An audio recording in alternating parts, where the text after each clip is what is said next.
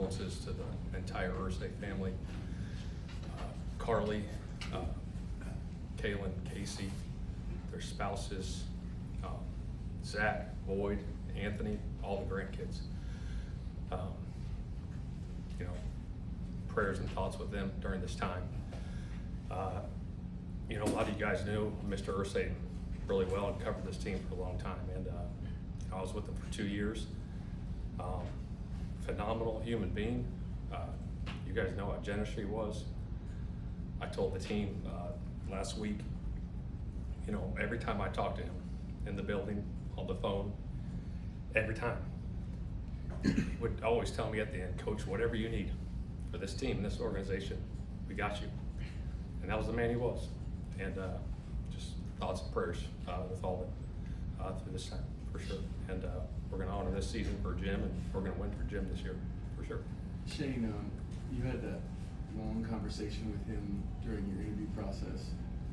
Was that the first time you remember getting a chance to be with him one-on-one, and what sticks out from that time? Just the passion he had for this city, this organization. A football guy. I remember sitting down with him for probably 4.5 hours, just me and him, in a hotel in Philadelphia on a Friday night, and we talked for a long time about everything, the team, philosophy, his passion. He'd tell me stories from 1986 and 1990, and he went back and knew everything.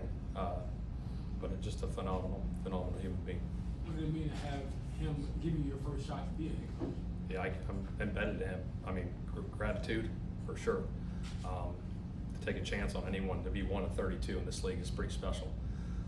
So I'll ever be grateful for that, for sure.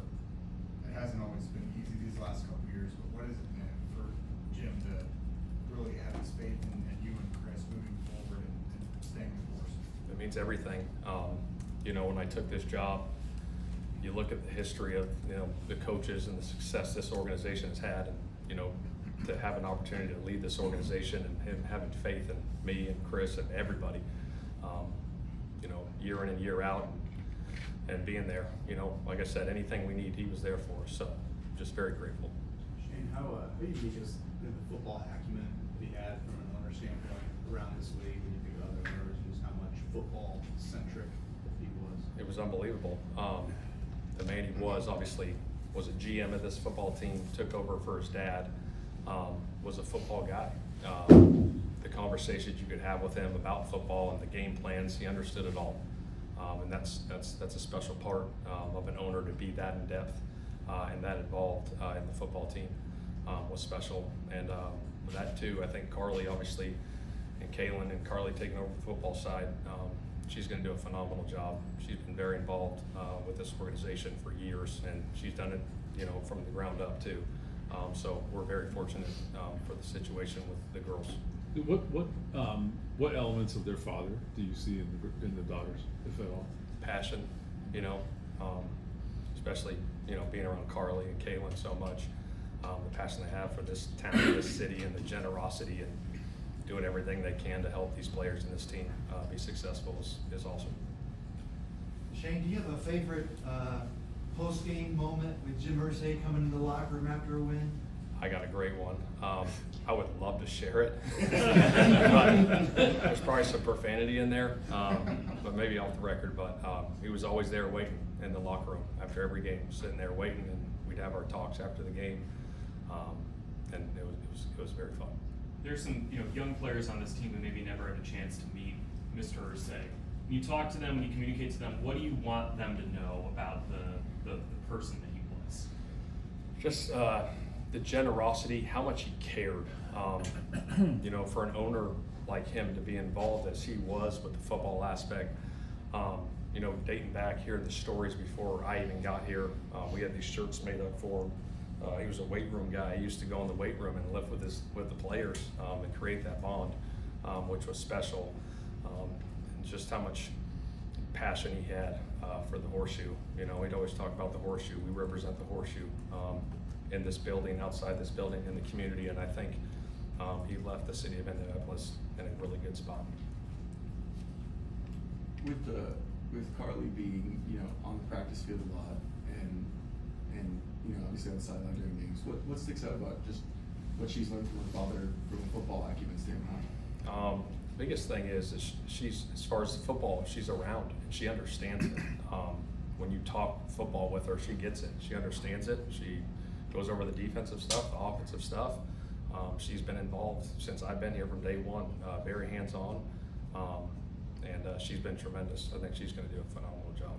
A lot of people have seen clips of her on the sidelines during games with the headsets on. People think, well, that's not normal, but I've always been told like she's doing that because that's part of her education and she continues to learn, right? Absolutely. I think it's a great thing. I think especially if you're an owner, I owned a football team, I would definitely want to know what's going on on those sidelines. And so obviously she has the insight there, and I think it's a great thing.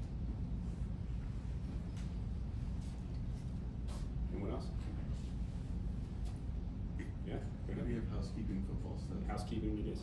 In football? Did I think somebody with the Packers reported you guys have joint practices? Is that finalized before the preseason? Yeah. More sure, yeah, but yeah.